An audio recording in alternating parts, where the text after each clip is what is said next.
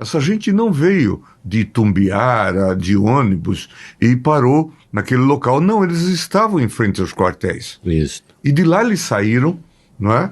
Em marcha. Tem até um código, né? Que eles diziam que eles estavam indo para uma festa da Selma. Da Selma, exatamente. Que, segundo também se diz, Selma seria a esposa do almirante que deu apoio, o chefe da Marinha de então. E como nós sabemos, a Selma boa é a Selma Rita, que o senhor conhece, minha amiga jornalista, Selma Severo, né? Que é a pessoa boa, que não dá golpe.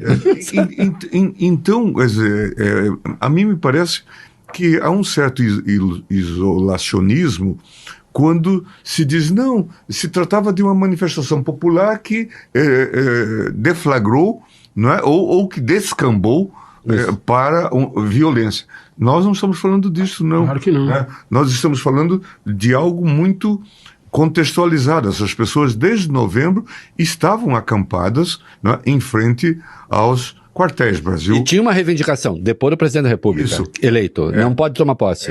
Então veja, a questão tem que ser vista nesse amplo contexto, e por isso que não me parece que a gente deva simplificar, e por isso foi tratado com severidade pelo Supremo Tribunal Federal no julgamento, que agora vai continuar. Porque certamente a Procuradoria fará denúncia em relação agora aos responsáveis, aos conceptores por toda essa situação. E, portanto, isso não está descasado. Claro. Né? É preciso entender esse contexto. Mas, do ponto de vista da política, também a gente pode fazer algum tipo de leitura no sentido de que como o Congresso funciona com 513 parlamentares, deputados, né, 81 senadores, é preciso dialogar, então se estabelecem também algumas premissas no sentido de dizer, vamos tentar sair disto e talvez minimizar o movimento que de alguma forma reflete sobre facções congressuais. Sim. Né? Parlamentares que participaram disto, né? E que agora estão votando em novas presidências. Então a gente tem que fazer uma leitura política desses fatos, agora não transigir com isso. É o que eu ia falar. Existe algum jeito de sair disso que não seja punindo os golpistas? Não vejo. E veja que agora estamos nessa nova fase em que a Polícia Federal fez investigações muito sérias. Esse material está nas mãos do Procurador-Geral e que sugere participação de pessoas, não só para eventualmente dar golpe, mas para matar. Não é? Se pensou em matar Alexandre de Moraes. Isso. Pensou em matar o presidente Lula. E tem gente tentando banalizar isso. Se tentou matar o vice-presidente Alckmin. Veja, se planejou. Né, e discutiam essas alternativas. Então, veja, nós estamos falando de coisa muito grave, muito grave, muito séria, não é? Que repugna a nossa tradição democrática, né? Então e é diante disso que nós estamos agora. Parece que nesse caso, só para a gente ser muito objetivo, né? Não quero o seu voto, mas me parece descabido diante do quadro democrático e do padrão democrático da Constituição a ideia de uma anistia, né? Parece que uma anistia, nesse caso, afrontaria, ela não existe, ela viria para afrontar o Supremo, para alguém, para dizer assim, os julgamentos do Supremo não valem, é isso? Quer dizer, é um debate muito estranho esse, né? Ou sequer um tipo de anistia para crimes dessa gravidade, né?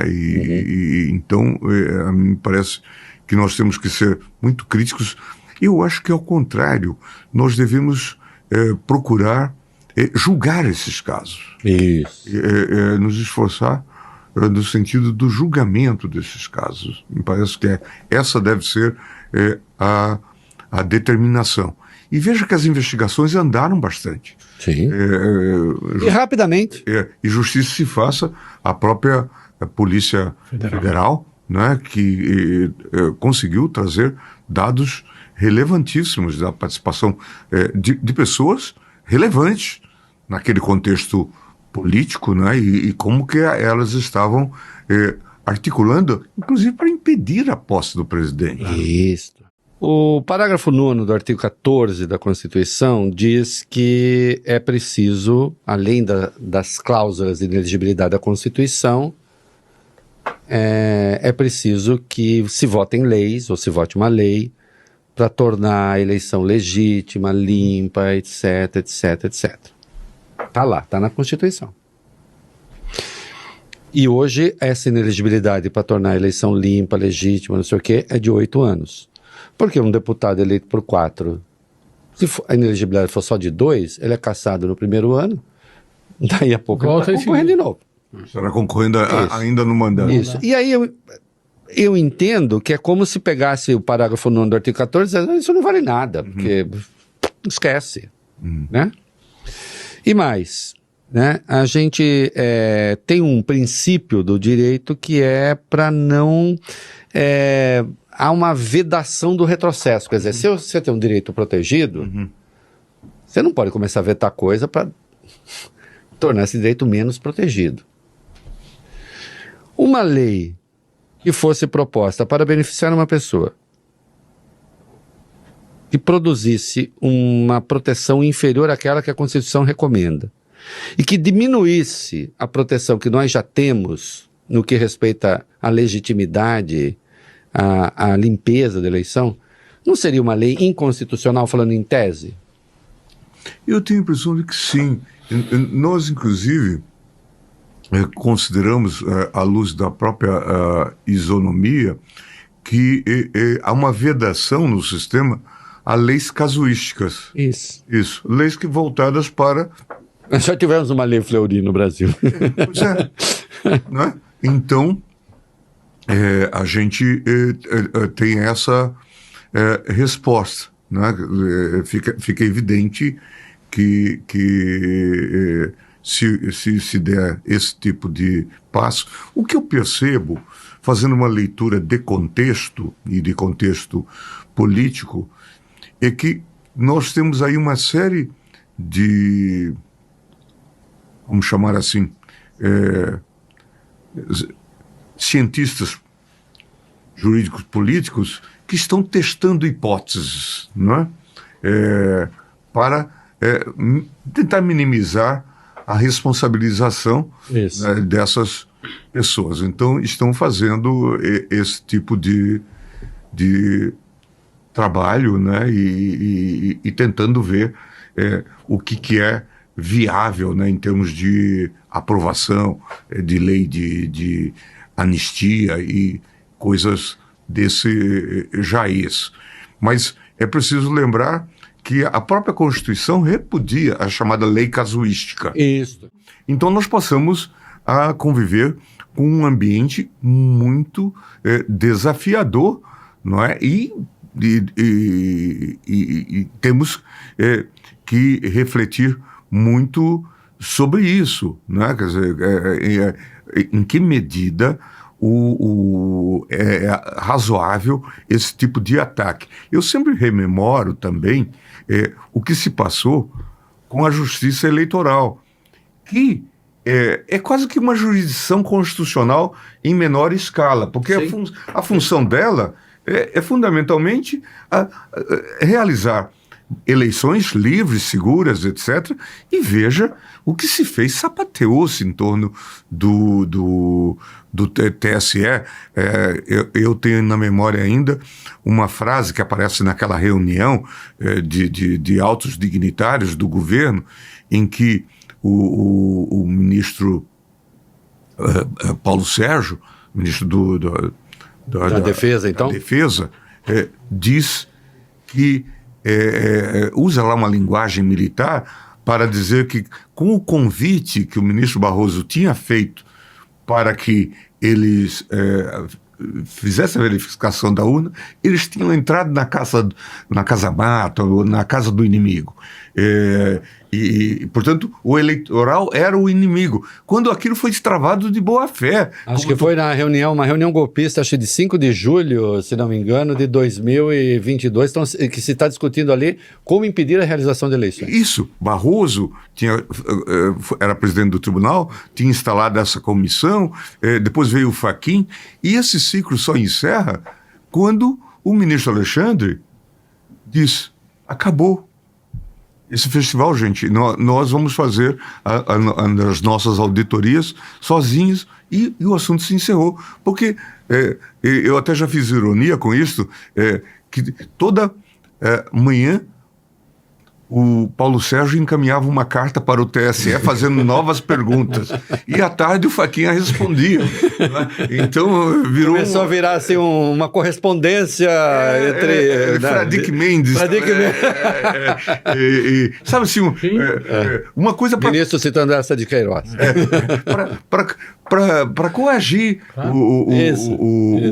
o Tribunal Superior Eleitoral, né? Quando, na verdade, todos sabiam, a construção das urnas se deveu muito às instituições militares, o ITA, o IME, portanto, na verdade, todos sabem que não havia fraude, mas, em suma... E o senhor tem razão, isso era discurso, até isso aqui sou eu falando, porque é uma questão factual. O então presidente dizia: ninguém mandou nos convidar. Se o comandante das Forças Armadas sou eu e eles nos convidaram, eu não topo. Então virou uma conversa de maluco. Sim. Porque é como se tivesse chamado os militares para eles fazerem uma intervenção no processo eleitoral. Ministro, a história demonstrou, a história subsequente demonstrou, como vocês disseram, o acerto do ministro Toffoli ao abrir esse inquérito, e a boa condução que lhe deu o ministro Alexandre de Moraes, às vezes sob pesada crítica, mas as descobertas desse inquérito mostraram que também acertou o ministro Alexandre. Todavia, o senhor não acha... Porque, na realidade, esse inquérito ele começa como uma iniciativa para proteger a democracia, para proteger o acesso à informação verdadeira, e ele se convola num instrumento de proteção da própria corte, né? Ele se transforma num instrumento de proteção do Supremo enquanto instituição da República. O senhor não acha que falta a nossa Constituição, justamente porque nunca se imaginou, desde a redemocratização, que nós sofreríamos o que estamos sofrendo e o que sofremos no passado recente, instrumentos de proteção do Supremo, como uma procuradoria própria, ou então destacamentos policiais que possam investigar atos atentatórios à dignidade da Corte e à incolumidade física e moral dos ministros?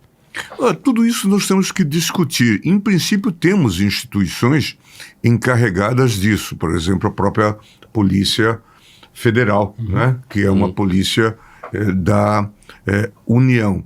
No Distrito Federal, nós vimos a vulnerabilidade durante aquelas manifestações. Eu acompanhei um dos 7 de setembro, acho que 2, em que carros chegavam até o Itamaraty e depois ameaçavam passar e eventualmente chegar, não é, ao Palácio do Planalto, ao Supremo Tribunal Federal, em suma, caminhões que poderiam colocar aqueles prédios todos abaixo, né? Então, e nós tivemos, nesse episódio do 8 de janeiro de 2023, né? Nós tivemos o problema da própria falha da polícia do Distrito Federal, que é uma pedra cantada, essa questão da... Eu fiz assim porque falha ali, né? Teve uma hora que eles abrem a guarda para que os golpistas passem, né? Quer dizer, eu nunca vi aquilo. Então quem defende uma corte em casos que tais, né? Com todo o comprometimento. Aproveitou-se daquelas circunstâncias, o Lula tinha tomado posse no dia 1º, tinha sido tudo tranquilo. Né? E aí se faz aquela cena com pessoas que vinham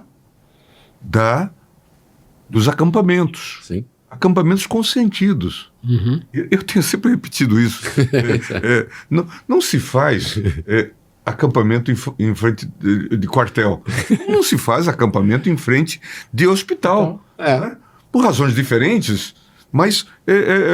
O senhor que ama tanto Portugal, eu faço sempre a brincadeira, e tem seus amigos juristas portugueses, eu faço sempre a brincadeira seguinte: se eu entrasse lá no quartel para declamar Camões, eu começo a declamar Camões, lá na área do quartel, apareceria alguém com uma arma, fala assim: sai daí, maluco, aqui não é lugar de declamar Camões. Por que era lugar de pedir golpe? É isso. Então, tanto é que um dos impasses que se tem no dia 8 é o impasse da retirada daquelas pessoas, depois da invasão e tal. E aparentemente alguns militares disseram: eles não vão sair hoje, né? Vão sair amanhã, teve negociação e coisas assim. Então, a rigor é como se tivesse um consenso, uma permissão para que eles ali se estabelecessem, lá ficassem e usassem luz e água da União, não é? Portanto... instalasse 3 ou 4 cozinhas industriais. Isso. Sabe, então, uma série de coisas erradas, né, que foram feitas nesse contexto, e que, obviamente, nós temos que trabalhar para não deixar que isso se repita.